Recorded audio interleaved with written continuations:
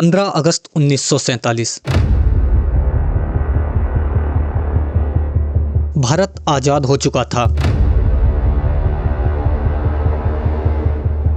लेकिन क्या आप जानते हैं कि आजादी के बाद भी करीब 2.5 साल तक भारत का अपना कोई कानून ही नहीं था। हम आज भी ब्रिटेन के राजा के डोमिनियन थे, यानी झंडा हमारा था लेकिन फायदे उनके थे। 26 जनवरी 1950 की वह सुबह सब कुछ बदलने वाली थी। ये कहानी किसी युद्ध के मैदान की नहीं बल्कि बंद कमरों में लिए गए उन फैसलों की है जिसने एक बिखरे हुए देश को भारत का संविधान दिया। समय था सुबह के 10:15। स्थान गवर्नमेंट हाउस का दरबार हॉल। बाहर हल्की सी ठंड थी लेकिन हॉल के अंदर का माहौल गर्म था। सन्नाटा ऐसा कि सुई गिरे तो उसकी आवाज आ जाए। तभी भारत के आखिरी गवर्नर जनरल चक्रवर्ती राजागोपालाचारी ने एक घोषणा की।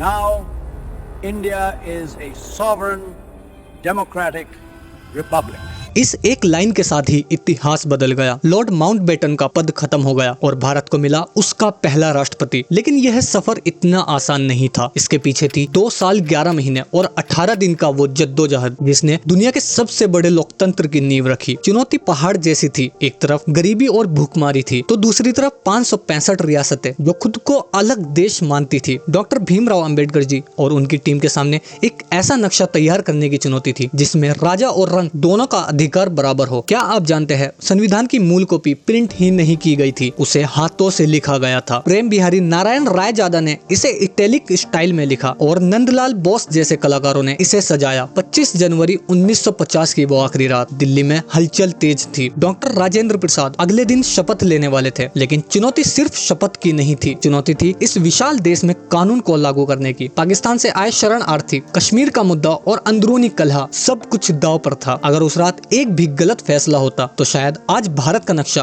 कुछ और होता। सुबह के 10:24 पर डॉक्टर राजेंद्र प्रसाद ने राष्ट्रपति पद की शपथ ली। मैं श्रद्धा पूर्वक भारत के राष्ट्रपति के पद का कार्यपालन करूंगा। पहली बार 31 तोपों की सलामी दी गई और उसी पल भारत का तिरंगा शान से लहराया। अब हम किसी बाहरी ताकत के गुलाम नहीं बल्कि खुद के मालिक है। ब्रिटिश राज का आखिरी निशान यूनियन जैक नीचे उतारा गया और उसकी जगह अशोक चक्र ने ले ली। 26 जनवरी सिर्फ एक तारीख नहीं है, ये उस भरोसे की जीत है जो 1950 में हमारे पूर्वजों ने हम पर किया था। ये कहानी है उस ताकत की जो हम भारत के लोग हैं।